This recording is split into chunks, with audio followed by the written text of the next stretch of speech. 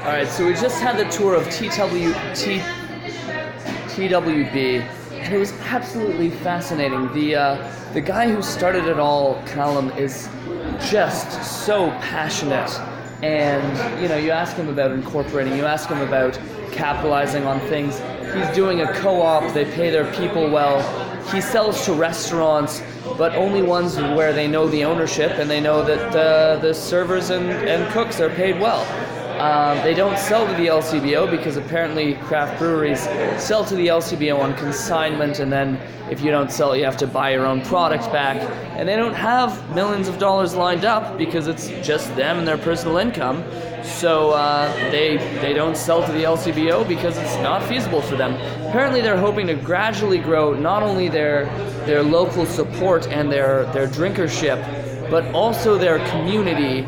And they've got some spaces up there for people to chill out in. I've seen like 14 babies. Like one guy came in to grab a couple of growlers. He had his baby with him.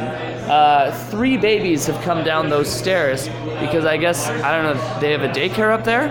Now, some of the equipment here has a really cool story. So I'm just going to do a quick bit on this here because found it really fun. This is Sputnik. Apparently, they found this guy in a storage unit in Mississauga. It looks like a rocket. It looks like if you climbed into that thing, you would then launch into outer space. Check out these controls. Houston. Apparently, this is an ancient Croatian brewing tank that they got for a song from the storage in Mississauga, and it is a 1-beer brewer, so perfect for small spaces and budgets, and that's what they were using to make all their beer. Now eventually they figured out it wasn't great as mashing, so they got what they call hot tub time machine, which looks like a hot tub time machine. Apparently it's an old Cadbury milk chocolate mixer, and they found that for a steal as well, and as a co-op they didn't have a budget, so they're like, alright, let's try that. Hot tub time machine does the mashing and the getting the sugars out of the barley, so then after that they put it into Sputnik. And then they have these fermenters, also from Croatia, also in storage units, and apparently they had to jerry-rig these things up there so that they could dry drop the hops in for a Canadian craft beer instead of the European Pilsner. And apparently they also had to weld and engineer these little guys to pump carbon dioxide into the beer to carbonate it. So their beer isn't carbonated with carbonic acid. Their beer is carbonated by pumping in carbon dioxide under pressure. And then they also added a little spout thing that I didn't have before to rack the beer without the hops. So that's pretty cool.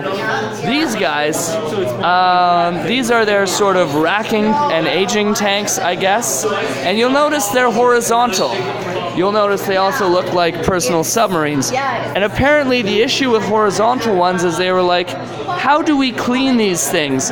Generally, to clean things, breweries pump chemicals up through there and down, and so much hot chemicals until it comes down out of that, and that's how they clean it. But you can't use gravity to pump chemicals through this.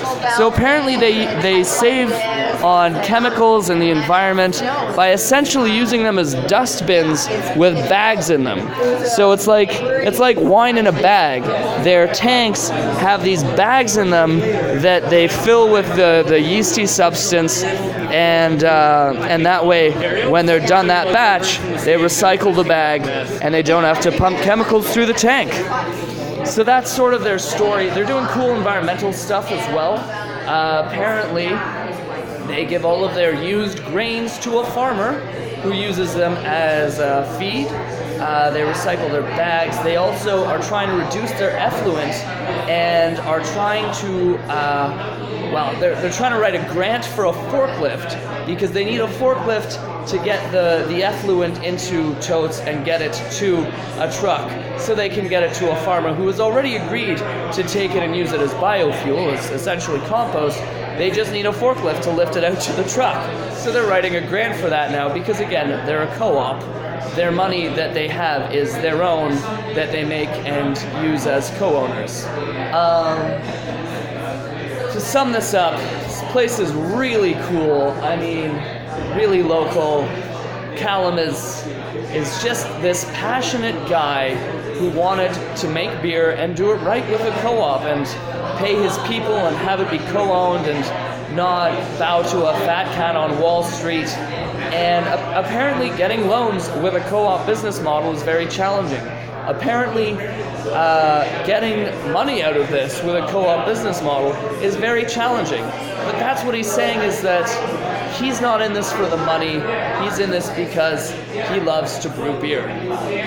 Well, I mean, if you're gonna sacrifice things to follow your dreams, you better enjoy it. TWB. I like your style.